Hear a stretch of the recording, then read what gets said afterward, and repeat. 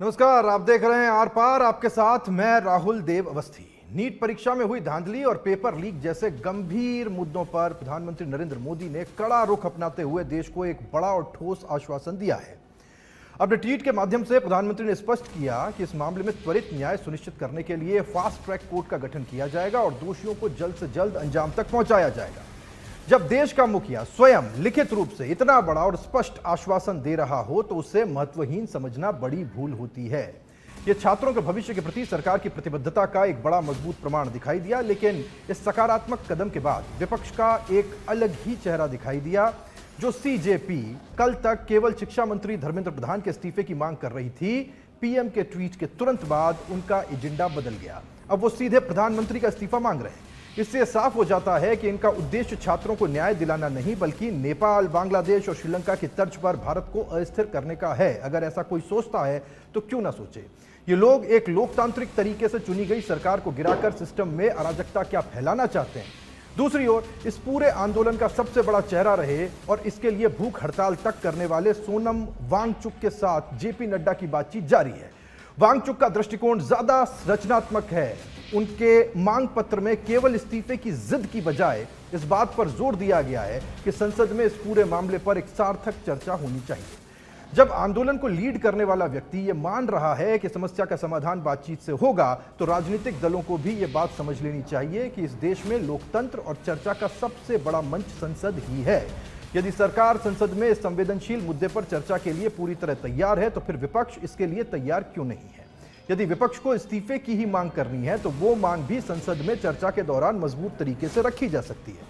लेकिन चर्चा से पहले ही केवल अपनी शर्तों पर अड़ जाना किसी भी दृष्टिकोण से समाधान की तरफ जाता हुआ दिखाई नहीं देता। इन सब के बीच एक मांग जो सबसे अधिक चिंताजनक है, वो है आत्महत्या करने वाले छात्रों के परिजनों को 1 या 2 करोड़ रुपए का मुआवजा देना।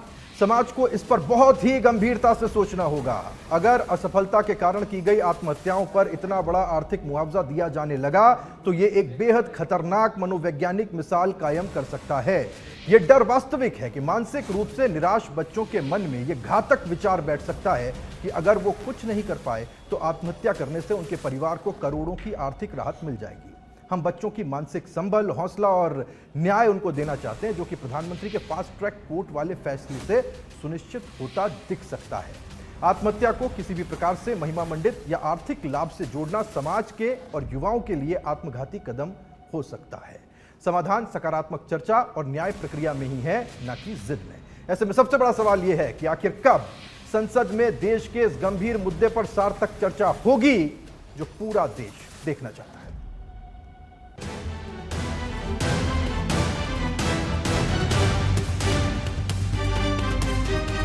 धर्मेंद्र प्रधान का इस्तीफा लेना चाहिए। ऐसा कड़ा कानून पूरे देश के लिए बनाना चाहिए। कोई पेपर लीक नहीं हो, ऐसा एजुकेशन का सिस्टम बनाइए। आज बचा हुआ विपक्ष इस सत्ता को शमशान में भेज करके रहेंगे। एक अराजकता पैदा करने का बल्कि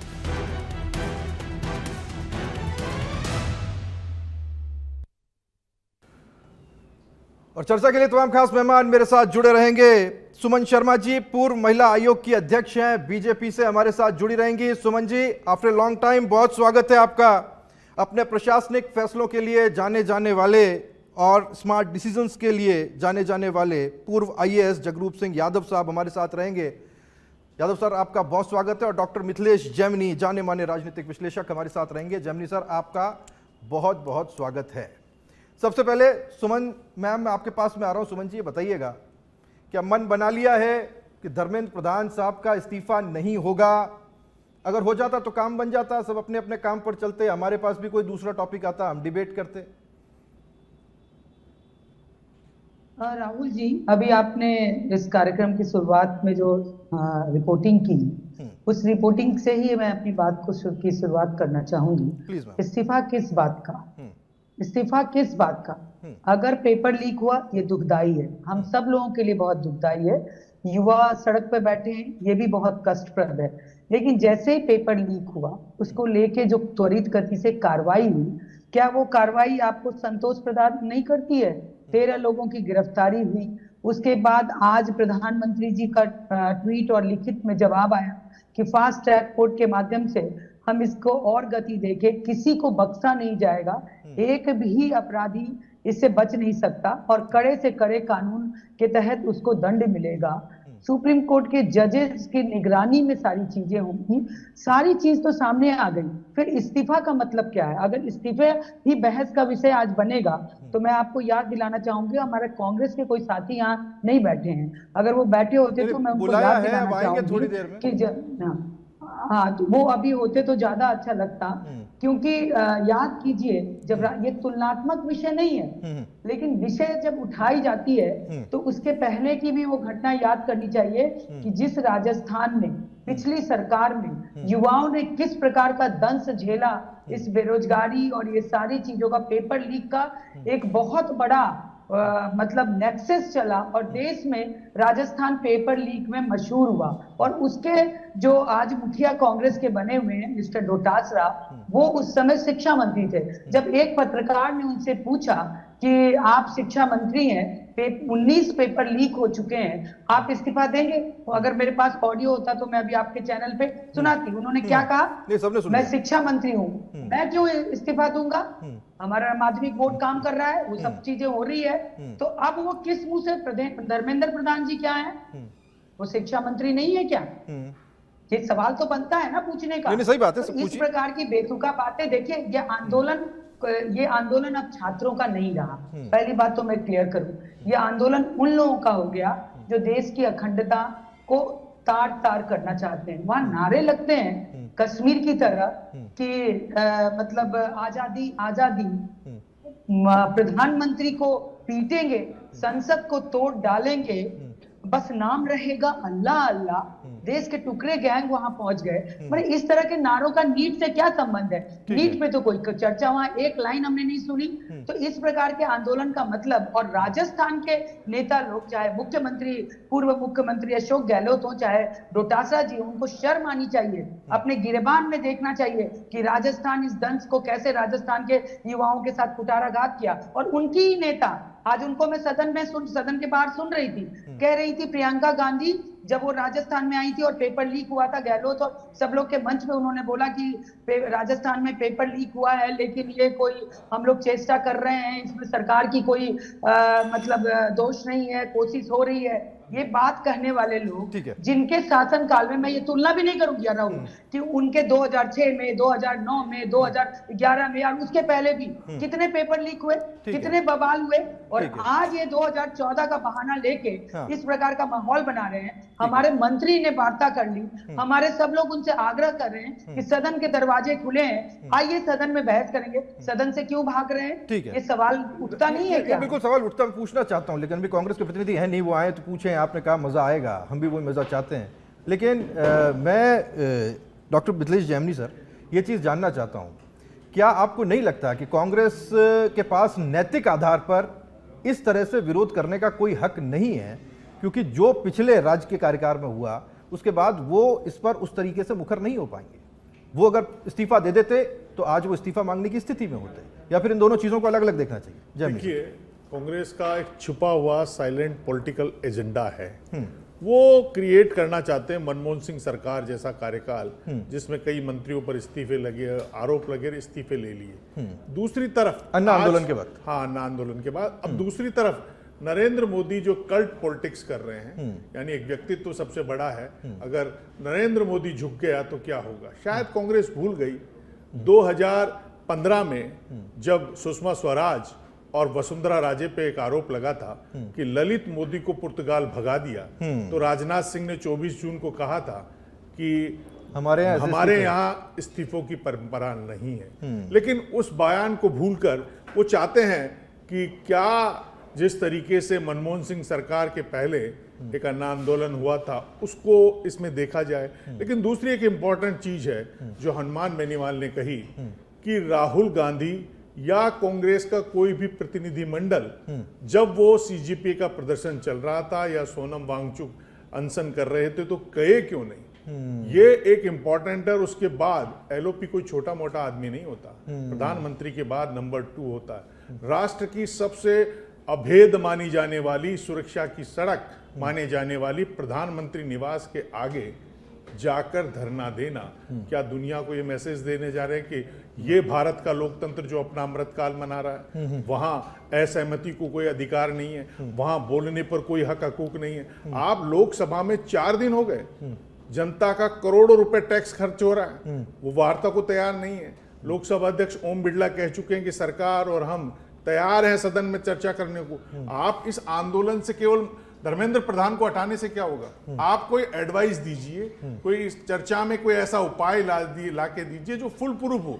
और एनडीए की बात कर रहे हैं, एनडीए सरकार में पेपर लीक हुए, यूपीए सरकार में 128 पेपर लीक हुए।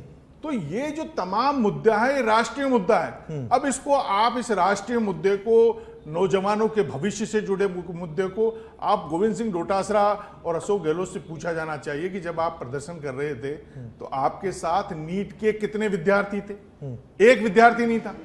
तो ये, और जब आप पीसीसी में भाषण दे रहे थे तो वहां 2-4 महिलाओं ने जो भाषण दिया और जो उन्होंने प्रधानमंत्री के लिए जो भाषा का प्रयोग किया वो नसरुद्दीन शाह के अंदाज में बोल रही थी। तो ये चीजें कांग्रेस को देखनी पड़ेगी कि केवल आप सत्ता की, ये सत्ता की लड़ाई नहीं है, ये लड़ाई है हिंदुस्तान के नौजवान, उन प्रतिभावान, उन मेधावी बच्चों की जिनके माँ बापों ने सपना देखा है कि हिंदुस्तान में फुल प्रूफ एग्जाम होगा और मेरा बेटा योग्य है इसलिए एक योग्य चिकित्सक बनेगा। उस पर बात नहीं कर रहे।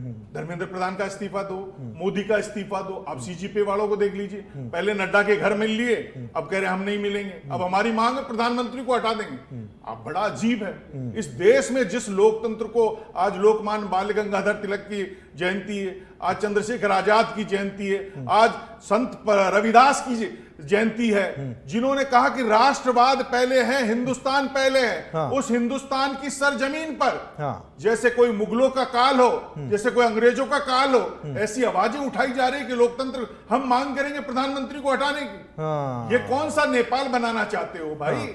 और जो 400 सोशल मीडिया के अकाउंट मिले हैं वो पाकिस्तान के मिले हैं। ये भगवान, तो ये डराने वाला दृश्य है। और राहुल गांधी जिस सियासी पिच पर खेल रहे हैं, अगर ज्यादा खेल गए, बॉल स्विंग हो गई, तो ऐसा नहीं हो जो 44 से शुरू हुआ था सफर फिर 44 पे आ जाए। ठीक है, आप सफर तो 244 का तय करना चाहते हो, वहां कहीं सेल्फ गोल नहीं खेल जाओ पॉलिटिक्स में। ठीक है, जगरूप सर मैं आपके पास में आ रहा हूं। मैं ये चीज थोड़ा समझना चाहता हूं। जगरूप सर हमारे साथ जुड़े हुए हैं और आपकी एडमिनिस्ट्रेटिव स्किल्स सबने देखी है आपके टेन्योर में। जगरूप सर, ये सवाल बड़ा वाजी हो जाता है जब हम देखते हैं इस आंदोलन को रोज नई करवट लेते हुए नए मांग को लेकर के आंदोलनकारी आगे आ जाते हैं। ऐसे में एडमिनिस्ट्रेशन का बहुत बड़ा रोल होता है। वो किस हद तक अपने आप को दबाव में महसूस करता है जब लाठियां चल जाएं, ऐसी परिस्थिति बन जाए? एक एडमिनिस्ट्रेटिव व्यक्ति के रूप में आपको क्या लगता है वहाँ का जो प्रशासन है, चाहे पुलिस का हो चाहे दूसरा प्रशासन हो, उनकी हालत क्या होगी? वो क्या दबाव में होंगे? क्या उनके ऊपर यह दबाव होगा कि हम पत्थर खा लें लेकिन कुछ ना बोलें? क्योंकि मैंने देखा है वर्दी की रिस्पेक्ट, बहुत बड़ी रिस्पेक्ट होती है। उस रिस्पेक्ट को जब नहीं माना जाए तब इकबाल खत्म हो जाता, मिट जाता है। ये डर है कि नहीं है? देखिए राहुल जी, सर्वप्रथम तो मैं कहना चाहूँगा कि आंदोलन है जो भी है, ये युवा वर्ग की आकांक्षाओं पे कुठाराघात के कारण हुआ। इसमें विपक्ष ने तो चाहे इसको हाईजैक मुद्दा करना चाहता है, राजनीतिकीकरण करना चाहता है, सारे करना चाहते हैं। अन्ना हजारे आंदोलन का भी राजनीतिकीकरण हुआ। प्रश्न ये नहीं है, प्रश्न ये है कि जिस तरह से कांग्रेस और भाजपा का भी नहीं है, ये पक्ष प्रतिपक्ष का भी सवाल नहीं है। आप एक तो बेरोजगारी पहले भी थी, आज भी है, युवा बेरोजगार है, उसमें भी अगर सिस्टम में पारदर्शिता नहीं हो तो उनको उनकी आकांक्षाओं पे तुषारापात होता है, अभिभावकों की आकांक्षाओं पे तुषारापात होता है। सीजेपी जो बनी उसने ये आंदोलन शुरू किया और युवाओं के मन में पीड़ा थी। अब ये उसको राजनीतिक ढंग से कोई एनकैश करना चाहता है वो अलग बात है, वो तो राजनीतिक दल बात करें उस पर। लेकिन ये बात भी सही है कि जिस तरह से बेरोजगारी बढ़ने पे और पारदर्शी सिस्टम नहीं होने से, ये कांग्रेस बीजेपी का सवाल नहीं, राजस्थान में भी हुए, यूपी में भी हुए, बिहार में भी हुए, मध्य प्रदेश में भी हुए, पेपर लीक होते हैं और योग्यता धरी रह जाती है, तो लोगों के सपने कुंठित होते हैं, आत्महत्या करते हैं लोग। अब सवाल ये कि ऐसे में अगर कोई आंदोलन होता है तो शासन प्रशासन तो हमेशा शांति और व्यवस्था बनाए रखने के उनके फॉर्मूले हैं, उनके तहत ही काम करेगा। वो कभी भी नहीं चाहेगा कि भी समाज में कानून और व्यवस्था की धज्जियां उड़े, उन पे समाज में अशांति फैले या जो सिस्टम है, लेकिन इसको राष्ट्रवाद से जोड़ के देखा जाना या नेपाल की तरह, नेपाल जैसी सरजमीन तैयार होगी तो नेपाल जैसा आंदोलन भी होगा। पर सवाल यह है कि ये आप जो युवा वर्ग की जो पीड़ा है उस पे माननीय प्रधानमंत्री जी ने जो वक्तव्य दिया वो स्वागत योग्य है, लेकिन उसमें दो शब्दों पे मैं कहना चाहूंगा कि उन्होंने कहा कि एक शीघ्रता, तो शीघ्रता इसमें नहीं दिख रही। दूसरा एजेंसी, ये बात सही है, धर्मेंद्र प्रधान जी का इस्तीफा लेने से समस्या का समाधान नहीं होगा, लेकिन एनटीए जो एजेंसी है उसने 2024 में भी नीट कराई, उस पे भी प्रश्न चिन्ह लगे थे, उनको इग्नोर किया गया। और ये देखा जाना चाहिए जो शीर्ष एनटीए एजेंसी आपने परीक्षाओं के लिए आयोजित, उस पर कार्यभार का अधिकता होगी, जो भी कारण उसको दायरे में लेना चाहिए। ठीक है। और आप सीबीआई से जांच कराएं तो उसकी एसआईटी बनाएं, सुप्रीम कोर्ट मॉनिटर्ड कराएं। ठीक है। और कोई ऐसे आश्वासन, संसद में जरूर चर्चा होनी चाहिए, सार्थक चर्चा होनी चाहिए, लेकिन सिस्टम पारदर्शी बनाने का शासन का दायित्व है। ठीक है। विपक्ष तो हमेशा उस पर प्रश्न उठाएगा ही। उठाएगा, जो काम विपक्ष का है वो विपक्ष कर रहा है। मैं, अर्चना जी हमारे साथ जुड़ गई, अर्चना शर्मा जी कांग्रेस की वरिष्ठ नेता हमारे साथ, अर्चना जी भी जुड़ी हुई हैं और थोड़ा नॉस्टैल्जिया हो रहा है सुमन जी अर्चना जी को एक साथ देखना लंबे अरसे बाद में। अर्चना जी, अगर आप तक आवाज़ आ रही हो, if you can hear me, मैं आपको एक अंदर की बात बताता हूं, अगर आप तक आवाज़ आ रही हो। अंदर की बात यह है कि, अच्छा फ़ोन पर मेरे साथ है अर्चना जी, अंदर की बात यह है कि किसी भी तरीके से इस्तीफा तो नहीं होगा, ये अंदर से मेरे पास जो जानकारी आ रही है वो ये है, वो यूं नहीं होगा, क्योंकि हमें जो पता चला है वो ये कि उनके पास एग्जाम्पल हमारा ही है, मतलब अपने स्टेट का ही है। उस स्टेट में वो कहते हैं साहब जब डोटासरा साहब ने इस्तीफा नहीं दिया तो हम क्यों दें, है कि नहीं अर्चना? लॉजिक है, लॉजिक है। बात है, देखिए जब एक इतना बड़ा स्कैंडल हो रहा है पूरे देश में, आप समझिए एक सोशियोलॉजिकल थियरी है जिसमें कहा जाता है कि थ्रेशोल्ड जब क्रॉस होता है ना, ये कौन थे सारे प्रोटेस्टर्स, कौन थे? बाइस्टैंडर्स थे ना, जो कभी पॉलिटिकल एजेंसी नहीं बने कभी। आप समझिए इस चीज को। और जब ये जो थ्रेशोल्ड यानी देहरी के अंदर थे, उस देहरी से बाहर आने में बहुत दिनों तक देखा कि अगर हम पॉलिटिकल एजेंसी की तरह बाहर आते हैं और प्रोटेस्ट करते हैं तो क्या होने वाला है। लेकिन जब उनके पानी सिर से गुजर गया तो वो सड़कों पर आए स्वस्फूर्त होकर के, एक आंदोलन से प्रेरित होकर के। अब आप एक राष्ट्रीय मुद्दे को राज्य के मुद्दे से जोड़ते हो, और आपको पता है यहाँ पर एग्जाम किसने कंडक्ट किया था? माध्यमिक शिक्षा बोर्ड ने, और हमने तो उसे कैंसिल कर दिया था ना। यहाँ तो पेपर लीक होने के बावजूद एक्सेप्टेंस नहीं होती और सैकड़ों की संख्या में हो जाती है, और उसके बाद भी कोई एक्सेप्टेंस नहीं होती। और आज तो एक मतलब आप मुझे बताइए 21 बच्चों ने आत्महत्या करी। क्या ये मुद्दा नहीं, एक व्यक्ति को बचाए रखना और पूरे देश के युवाओं को उद्वेलित करना, उनकी भावनाओं से खिलवाड़ करना। अब परीक्षा पे चर्चा, प्रधानमंत्री जी बात करते सिलेक्टिव ग्रुप से, इनके नेता भी बैठ जाते स्क्रीन लगा करके, क्यों नहीं बच्चों से बात कर लेते, क्यों नहीं समाधान निकाल देते? मुझे बताइए, एक व्यक्ति को बचाने के लिए जो व्यक्ति अकाउंटेबिलिटी फिक्स नहीं करता, देखिए बक हैज टू स्टॉप समवेयर, या तो वो ऊपर जाके सीधे प्रधानमंत्री पे रुके या शिक्षा मंत्री पर रुके, निर्णय तो प्रधानमंत्री जी को करना है। ठीक है, सुमन जी रिस्पॉन्ड करना चाहती हैं इसके ऊपर। हाँ सुमन जी प्लीज। राहुल जी मैं ये कहना चाहूंगी कि बहुत सरलता से और सफाई से स्टेट को अलग कर दिया और केंद्र का मुद्दा बना दिया, जबकि ऐसा नहीं है। एग्जाम सभी राज्यों के बच्चे सब लोग करते हैं, थ्योरी एक ही होती है। लेकिन डोटासरा जी और राजस्थान में, ये भी उस समय थी, राजस्थान में कैसा हब बना था पेपर लीक का, इन्होंने क्या किया था? काम तो अब हो रहा है, उन सबको पकड़ पकड़ के अंदर भेजने का काम तो हमारी सरकार कर रही है। ये लोग तो एक व्यवस्था मान लिए थे उस पेपर लीक को कि सरकारी व्यवस्था है, पेपर लीक भी एक व्यवस्था है। और फिर बोलना, मुझे दुख होता है बहुत, बच्चों के साथ कोई खिलवाड़ नहीं होना चाहिए, युवाओं के सपनों पे कुठाराघात नहीं होना चाहिए, और इन्हीं संकल्पों पे भारतीय जनता पार्टी काम करती है। अगर देखा जाए देश की स्थिति, अभी जगरूप सिंह जी को मैं सुन रही थी, उन्होंने कहा कि आंदोलन है और को पॉलिटिकल लोग उठाएंगे, लेकिन युवाओं में बेरोजगारी है, तो युवाओं के लिए जो देश के प्रधानमंत्री और केंद्र की सरकार ने जो काम किया, ये भी आप और हम लोगों ने देख रहे हैं, किस तरह से मुद्रा से, किस तरह से स्टार्टअप से, किस तरह से स्टैंडिंग इंडिया और सारी योजनाओं से आज देश में युवाओं का किस तरह से जलवा हो रहा है। हम स्काई रोड पे पहुंच रहे हैं, उसमें 27-28 साल के आपने 20 तारीख को देखा ही कि किस प्रकार से मंगल और साइंटिस्टों की संख्या बढ़ रही है। ये देश की उन्नति का उदाहरण नहीं है। सुमन जी सुलझाएंगे कैसे, सुलझेगा कैसे? मैं जो सुमन जी कहना चाहता हूँ, एक सेकंड जगरूप जी मैं आपकी बात रखता हूँ। सुमन जी मैं आपको, हमने एग्जाम, जब ये पेपर लीक हुआ तुरंत एक्शन में आए। ठीक है, एग्जाम भी हो गया, रिजल्ट भी आ गया। देखिए रिजल्ट भी रिजल्ट आ गया। लेकिन मैं एक चीज कहना चाहता हूं, आपने जो एग्जांपल्स दिए ना, मैं उसी एग्जांपल्स के बीच में से एक बात कहना चाहता हूं, सुनिएगा ना आप, या आपकी पार्टी के अंदर का एग्जांपल देता हूं मैं आपको। मैं लालकृष्ण आडवाणी को याद करना चाह रहा हूं। उन्होंने जब ताबूत घोटाला हुआ तो उन्होंने क्या किया, उन्होंने कहा साहब जब तक मेरे ऊपर से लांछन हटेंगे नहीं, या मेरे ऊपर मैं अपने आप को साफ साबित नहीं कर देता हूं, तब तक मैं वापस नहीं आऊंगा। उन्होंने सरकार को बचा लिया उस आक्षेप से, उस परेशानी से। ये गेंद ठीक इसी तरीके से धर्मेंद्र प्रधान के पाले में भी थी, वो भी ले लेते नैतिकता के आधार पर। वापस आ जाऊंगा। राहुल जी नैतिकता की बात और अंतरात्मा की आवाज पे बात करूंगी, लेकिन जैसे ही प्रधानमंत्री जी ने आज ट्वीट किया और अपना वक्तव्य जारी किया, लिखित में वक्तव्य जारी हुआ, उसके बाद क्या सीजेपी के तीनों जो उनके प्रवक्ता और उनके नेता जिनके, और ये कौन कौन लोग हैं, उन्होंने क्या कहा कि अब हमें प्रधान का नहीं, हमें तो प्रधानमंत्री का इस्तीफा चाहिए। तो इन लोगों की बातों पे अगर इस्तीफा चालू हो गया तो आज वो हैं, कल वो हैं, पूरी कैबिनेट का इस्तीफा ले लेंगे ये लोग तो, क्योंकि ये लोग तो व्याकुल है, ये तो किसी के हाथों से खेल रहे हैं, ये छात्र आंदोलन थोड़ी कर रहे हैं, ये जेपी मूवमेंट थोड़ी है, ये तो इनका एक हिडन एजेंडा है जो देश की अखंडता को तोड़ना चाहता है, देश की लोकतांत्रिक जगरूप यादव सर को जोड़ना चाह रहा है, सब चीज सामने आया है। यादव सर देखिए, अगर कोई टूल किट होता तो फेल हो जाता राहुल जी। सवाल ये नहीं है, सवाल ये कि जन आंदोलन जनता से जुड़ता है और देश सुमन जी बीच में मत बोलिए, नहीं बीच में नहीं, आप बोल लीजिए पहले, प्लीज पहले नहीं सुमन, पाकिस्तान से जुड़ा हुआ कनेक्शन भी आ रहा है, नहीं सब तो आ ही रहा है। वो उसके लिए फिर सरकार सक्षम है, बैठी है सरकार, उनको ऐसे लिंक आ रहे हैं तो उनको करिए ना आप अंदर, एनएसए में करिए, आपके पास इतने कानून है। ये टीवी डिबेट का इशू नहीं, वो फिर सरकार है, प्रदेश में भी है, केंद्र में भी है, सरकार का कार्य है। अगर 40 लोगों को आप या 50, 1000, 5000 जितने के भी खिलाफ आपको एविडेंस मिलती है, उसके लिए देश का कानून सक्षम है, आपके पास एजेंसियां हैं।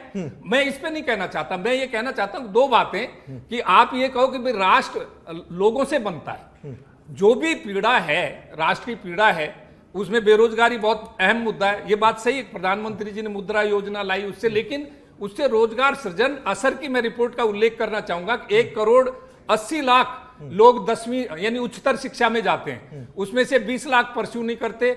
हमारा निजी सेक्टर और सरकारी सेक्टर कुल मिला के 20 लाख जॉब सृजित कर पा रहा है। 1,40,00,000 बेरोजगार हर साल पैदा कर रहा है ये सिस्टम। ऐसी शिक्षा व्यवस्था को भी बदलिए, सिस्टम को पारदर्शी करिए, युवक अपने सपने देखें, उसमें भी कोड में खाजिए कि उसमें भी आपके जो परीक्षाएं होती हैं, चाहे राजस्थान हो, चाहे मध्य प्रदेश हो, बिहार हो, चाहे यूपी हो, चाहे केंद्र हो, मैं अर्चना जी, कहीं पे भी अर्चना जी अधिकार नहीं मिल जाता कि कांग्रेस ने क्या बीजेपी भी करेगी। अर्चना जी इंतजार कर रही है, अर्चना जी बड़ी देर से इंतजार कर रही है, और अर्चना जी हमारी स्पेशल कॉल पर एक मिनट में उन्होंने हमारे साथ जुड़ना तय किया।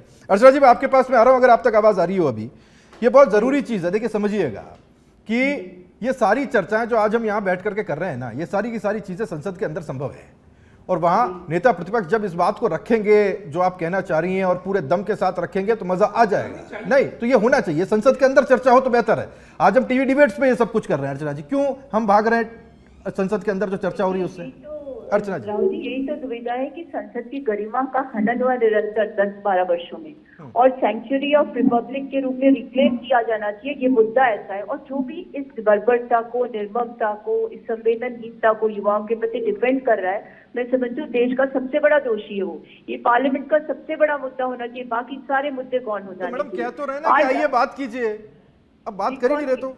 देखिए सुनिए राहुल जी, एक बात मैं आपको बताऊं, जो प्रोटेस्ट होता है अधिकार है लोकतंत्र में, और अधिकार क्या होता है कि जो स्टेज, जो मंच मैंने चुना विरोध करने का, विरोध किसलिए, क्योंकि मेरे अधिकारों का हनन हुआ। यदि युवाओं ने कहा देश को, देश की सरकार से हमारे अधिकारों का हनन हो रहा है, ये मंच हमने आपके द्वारा उपलब्ध सुविधा के तौर पर जंतर मंतर पर हम बैठे, आइए हमसे संवाद करिए। कोई बात ही नहीं करना चाहता था जिस दिन जंतर मंतर पर तो राहुल गांधी जी भी नहीं गए ना। मैं जैमिनी साहब मैं एक चीज जानना चाह रहा हूँ, क्या इस लॉजिक को बाय कर लिया जाए, हम मान लें इस चीज को कि जो संवाद हो वो जंतर मंतर पर खुले में हो, मुक्त आकाशी रंगमंच के नीचे हो, पहली चीज ये। और दूसरी चीज ये कि आंदोलन है राहुल जी, जनता का आंदोलन। अरे मैडम उसी जनता के आंदोलन के लिए तो आप राहुल गांधी जी प्रधानमंत्री के घर के बाहर बैठ गए, वहां तो जाकर के बैठे भाई।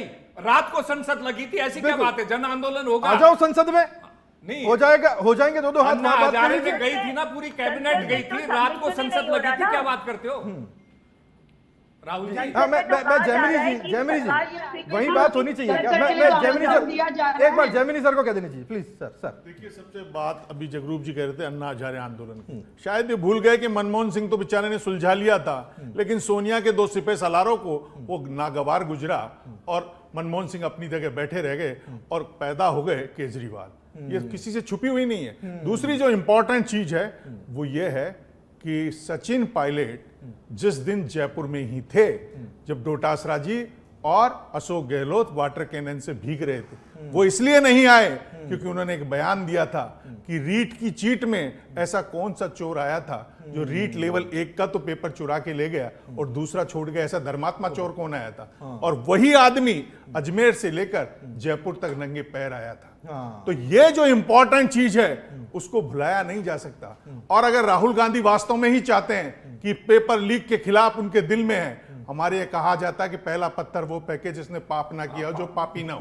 इंपॉर्टेंट चीज ये है, राहुल गांधी आज ऐलान करे, इनको छूट नहीं। देखिए राहुल गांधी, आप चुप रहिए 1 मिनट, राहुल गांधी ऐलान करे कि सबसे पहले मैं ऐलान करता हूं कि अशोक गहलोत कभी भी कांग्रेस में नहीं रहेंगे, उनको टिकट नहीं दिया जाएगा, वो सबसे बड़े जुल्मी है, पापी हैं। 19 पेपर लीक किए, गोविंद सिंह डोटासरा सबसे बड़े पापी हैं, उन्होंने रीट की चीट की। सरकार जांच कराए ना। देखिए वो कर रही है। ठीक है, सब अभी राहुल गांधी को ऐलान करना चाहिए, राहुल गांधी को आज ऐलान करना चाहिए कि मैं राजस्थान की जनता से माफी मांगता हूं और 2 सबसे बड़े पापियों को सजा की घोषणा करता हूं। अर्चना जी को रिस्पॉन्ड करने परिणाम है ना, अर्चना जी को रिस्पॉन्ड करने जांच का ही परिणाम है, तभी तो सब जेल की यात्रा कर रहे हैं राजस्थान में, चाहे आरपीएससी की अर्चना जी से सवाल, चाहे बाकी बच्चे उनको भी कराइए ना। कौन रोक रहा है? सुनिए ना, सुनिए अर्चना जी से सवाल है। अर्चना जी ये सब भूल जाएं, ऐसा हो नहीं सकता। अब वो क्या चाह रहे हैं कि जैसे राहुल गांधी ने एक वक्त अध्यादेश फाड़ करके फेंका था, वो जो पुरुषार्थ का प्रतीक उन्होंने अपने आप को बताया था, वैसे ही वो आज इस चीज की भी निंदा कर दें जो राहुल गांधी की क्या हुआ था राजस्थान में, उसे कैसे भूल जाए? ये सिलेक्टिव तो बात नहीं हो सकती ना अर्चना जी। आप मुद्दे की बात करते हैं, डिबेट जो होती है ना वो यहाँ से वहाँ भटकाने का माध्यम बन चुकी है। अच्छा। सच्चाई ये कि आज लाखों युवाओं को बलबत्ता से पीटा गया, उनके साथ संवादहीनता कायम है। और कोई मिलने नहीं आया था, आज वो एमएलए का चुनाव लड़ा है, भूल गया मेरी बात को। जब आपकी सरकार थी।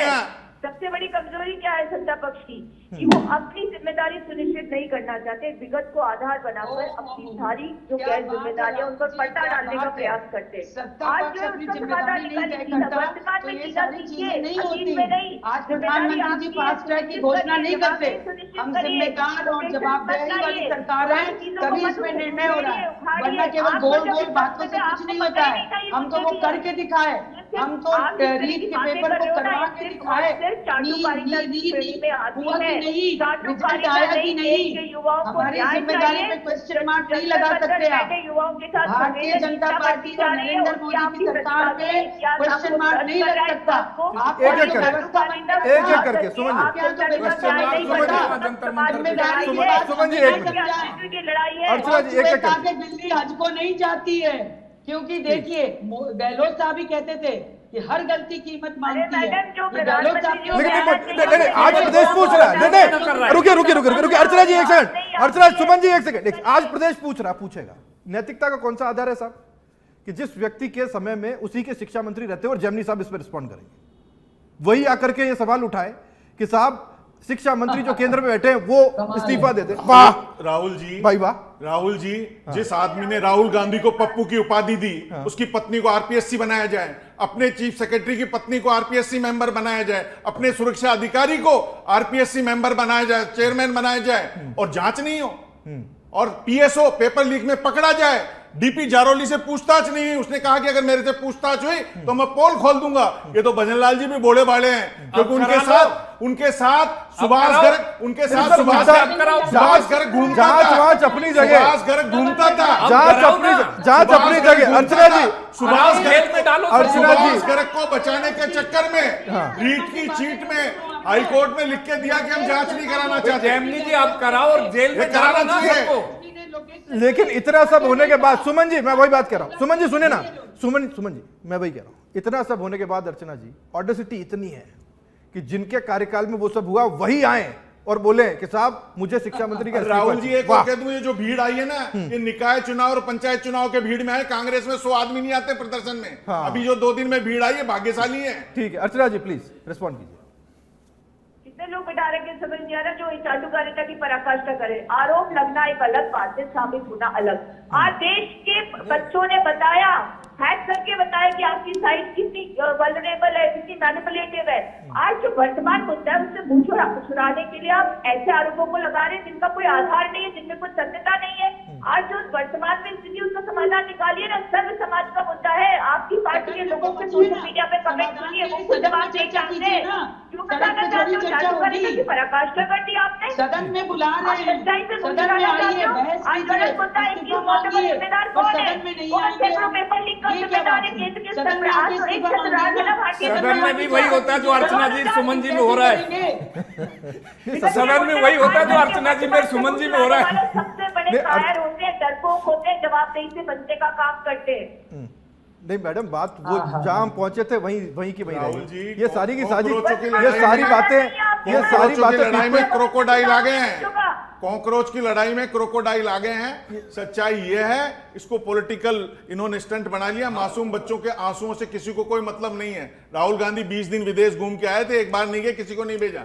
अचानक देखा ये मुद्दा तूल पकड़ गया, तो उन्होंने सोचा निपटा लें, वो अपने काम में लग गए। सब और क्या लेना राजनीतिक देना है? पार्टियां अपनी रोटियां और गोटियां ये सेकती हैं, ये बात सही है। इंपॉर्टेंट चीज है। जगरूप ये सही बात है। जगरूप जी एक चीज तो नैतिकता तो कम हाँ, से ये- कम होनी चाहिए ना। जिस हाँ, नहीं, व्यक्ति के देखिए- ऊपर आरोप लगे हो वही आके प्रेस कॉन्फ्रेंस नहीं, करे। देखिए, इतना तो रखते मैं- कम से कम किसी दूसरे को भेज देते वो साहब। तो सुमन जी बताएंगी और हाँ, ये अर्चना राहुल जी नहीं बताएंगे। कह रहे हैं।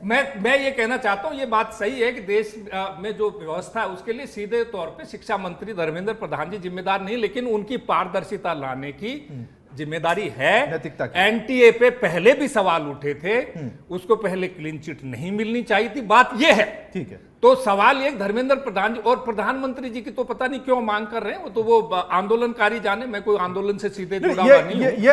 हाँ, लेकिन कहीं ना कहीं राजनीतिक दल है, वो अपनी राजनीतिक उसमें भूमिका भी देखते हैं, अपना जैमिनी सर ये मत आंदोलन भी जिस देखते दिशा हैं। ये में जा बात रहा है सही ना, है। ये बड़ा गड़बड़ और ये दुख की बात आज- है कि इसमें आज कांग्रेस फला- बीजेपी नहीं होना चाहिए। ये साझा चिंता होनी चाहिए पूरे राष्ट्र की कि परीक्षा प्रणालियां असंदिग्ध होनी चाहिए। Caesar wife must be above all doubt. Sir बिल्कुल नहीं जैमिनी सर बात करें किससे बात करें किससे? एक संसद तरफ में होती- एक लेकिन तरफ संसद में तो सुमन जी की अर्चना जी की तरह काम होता है। वांगचुक साहब वहां अलग चर्चा है, कहां हो पाती है? वहां कहां जंतर मंतर पर जाके किससे बात करें? कोई पहुंचे तो बाटे मारे, वहां तो पत्थर प्रक्षेपित हो रहे हैं साहब, किसी की सुरक्षा की कोई गारंटी नहीं। बात करें तो करें कैसे और किससे करें? पत्थर वालों को देखिए तो पकड़ सबसे लिया, वो तो इंपॉर्टेंट पहले भी चीज ये है ऐसा नहीं है। कि जिस अंदाज में नीट का पेपर आउट हुआ और उसको पकड़ा गया, हो गई एग्जाम।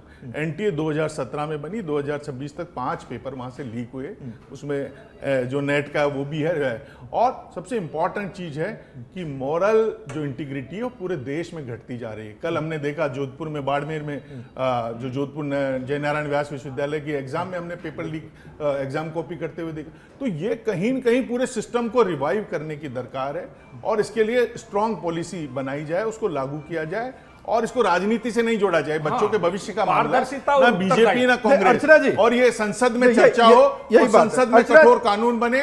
2024 में रीट जो चीटिंग एक्ट है वो लोकसभा में और राज्यसभा में पेश ठीक, किया गया ठीक, ठीक। था। असो राहुल गांधी ने एक कमेंट नहीं किया, कोई उन्होंने सुधार का सुझाव दिया तो निकला लीजिए लोकसभा की कार्रवाई। वो तो पारित आज हो गया, अचानक कैसे उसका पारित प्रवर्तन हो हो गया? गया। बोले नहीं ना, आज अचानक याद आ गई उनको, चलो अब रोटी सेक ले वोटों की।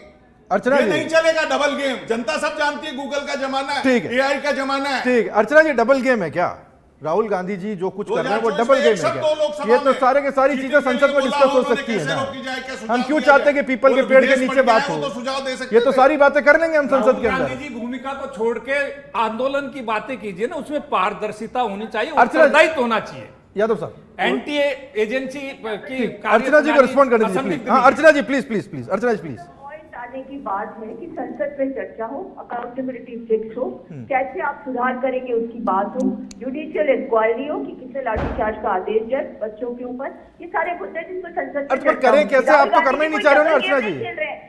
एक एलिमेंट्री पॉइंट है कॉन्स्टिट्यूशनल फेडरलिज्म का और कॉन्स्टिट्यूशनल अकाउंटेबिलिटी का कि विपक्ष जो है उसकी जिम्मेदारी है कि सत्ता पक्ष के मुद्दों को उठाए, उसे उजागर अरे बिल्कुल उठाइए मैडम, सदन में लाइए ताकि वो ऑन अकाउंट आए। Simple game, simple game of politics, सड़क से सिंपल संसद गेम तक ऑफ दोनों जगह उठाता डेमोक्रेसी। हुआ आप सड़क पे करिए, किसी को दिक्कत नहीं, संसद में तो आइए। ये काम बीजेपी भी कर रही थी जब सत्ता में नहीं थी। मैं एक चीज बताता हूँ अर्चना जी, मैं एक चीज बताता हूँ। जब ये एक देश की पॉलिटिक्स के अंदर एक भावना रही है कि अगर प्रधानमंत्री और नेता सदन कुछ कह देते हैं तो उसके बाद में उस पर वक्त दिया जाता है सरकार को कि साहब आगे आप सोच लीजिए, कर लीजिए, अगर नहीं करते हैं तो फिर हम वापस मैदान में उतरेंगे, सड़क पर उतरेंगे। लेकिन आप तो वक्त देने के लिए तैयार नहीं, अर्चना जी, आइए ना सदन। बताइए कौन सी संसदीय परंपराओं का निर्वहन हमने 10-12 साल में देखा? कहाँ हमने कुछ देखे हैं कि कोई भी बिल आता है तो उसको डिस्प्यूट किया जाता है, उसको पहले से बताया जाता है, या तो आनंद पालन में सारी प्रक्रिया अपनाई जाती है। अब मुद्दा सिर्फ ये नहीं है कि संसदीय प्रणाली का क्या होगा, मुद्दा ये है कि एक ज्वलंत समस्या जो देश के जनता, युवा और समस्त समाज स्टेक होल्डर हो गया, जिसमें अर्चना जी, सत्ता पाही हमें थोड़ी कह रहे हैं कि आप इमरजेंसी कौन लेके आया था, आपातकाल कौन लेके आया था सत्ता में था जब करने वाला व्यक्ति जवाबदेही अपनी सुनिश्चित करेगा कि नहीं करेगा? आपने कंसीव किया, आप बताइए आपकी जिम्मेदारी क्या बनती है? ऐसे नहीं चल सकता ना। आपने तो नवाचार किया था एनटीए का, आप ही ने सीयूटी का नवाचार किया है ना, आपने ही तो कहा कि हर चीज वन नेशन वन हो जानी चाहिए। अब वन नेशन नहीं अर्चना जी, देखिए एक बात 100 बात की एक बात ये है कि ये सारी की सारी चीजें जंतर मंतर पर डिस्कस होने वाली नहीं है मैडम, ये सारी की सारी चीजें संसद में डिस्कस होने वाली है। मैं ये थोड़ी कह रही हूँ जंतर मंतर में डिस्कस होगी, मैं कह रही हूँ जब प्रोटेस्टर्स है कम से कम संवाद तो कर लीजिए प्रेम से जाकर, उनको अर्धरात्रि। यही तो सवाल है मैडम, बात करें किससे, और इसके पॉलिटिकल डिसएडवांटेजेस होते हैं जिसको शायद समझा जा रहा हो, एजेंसीज को मालूम बात किया जाना चाहिए। व्यवस्था क्या है, और बात दोनों पक्षों को करनी चाहिए। अगर कोई चाह रहा है कि प्रधानमंत्री जाकर के बात करे तो राहुल गांधी भी जाकर के बात करे ना। राहुल गांधी तब नहीं बात करने की कोशिश करे जब कायम करने का दायित्व हमेशा सत्ता पक्ष का होता है। राहुल जी, क्या मुझे बताइए, शांतिपूर्वक प्रदर्शन करने वालों पर आप हिंसा करते हो? अरे मैडम, मैं ये जगरूप जी ये लास्ट क्वेश्चन आपसे छोटा सा लेता हूँ क्योंकि सबकी उत्सुकता है। अगर कोई संसद की तरफ मार्च करने लग जाए और आप प्रशासनिक अधिकारी हैं, क्या किया जाना चाहिए? डेफिनेटली कानून और व्यवस्था के तहत जो प्रावधान है उनके तहत कोई भी हो असंदिग्ध रूप से उसको वही किया वहां पर, वही किया तो उनको गिरफ्तारी, राहुल जी की गिरफ्तारी, मैं कब कह रहा हूँ राहुल जी प्रियंका जी की प्रधानमंत्री आवास के घेरे में गिरफ्तारी जाए, अगर कोई संसद की लेकिन जंतर मंतर पे लड़कों पे जो थोड़ा लोगों में जो जिस तरह का सोशल मीडिया में भी ट्रेंड वायरल हो रहे हैं, होते सर, तो मुझे पता है कि आप उन पे कठोर कार्रवाई सामान्यतः नहीं की जानी चाहिए। मैं अन्ना हजारे के आंदोलन का बार बार उदाहरण देना चाहूंगा। वहां पे देखिए, वहां पे भी खूब अराजकता थी, लेकिन कठोर कार्रवाई कभी भी नहीं की। आंदोलन हुआ तब तो वहां पे लाठी चली नहीं सर? नहीं, वो तो लाठियां चली हैं, उसमें जैसे बच्चों के निर्ममता से और बेरहमी से पीटा गया। इससे संवाद स्थापित कीजिए, संवाद कायम करने का सरकार का दायित्व। टाइम एक्सीड करके सर, बहुत thank you Jagroop Yadav sir आपका हमारे साथ जुड़ने के लिए, जैमिनी सर आपका हमारे साथ जुड़ने के लिए, अर्चना जी फोन लाइन पर शॉर्ट नोटिस पर जुड़ने के लिए आपका शुक्रिया, और सुमन जी हमारे साथ जुड़ी। देखिए, प्रधानमंत्री कह चुके हैं कि इस पर कार्रवाई होगी, मानना हो विपक्ष माने, न मानना हो तो न मानते हुए संसद में जाए और वहां जाकर के अपने विचारों को अभिव्यक्त करे, वहां जाकर के लड़े, जो एक डेमोक्रेटिक प्रोसेस होता है। अगर कोई कहे कि ये सारी की सारी चीजें पीपल नीम के पेड़ के नीचे बैठ करके पूरा देश डिस्कस करके इसका हल निकाल लेगा, तो संभव नहीं है। ये सारी की सारी चीजें डिस्कस सड़क पर करनी है, कीजिए, लेकिन संसद जाना जरूरी है, वहां से भागकर कुछ नहीं मिलने वाला। ये था हमारा आज का आर पार। नमस्कार।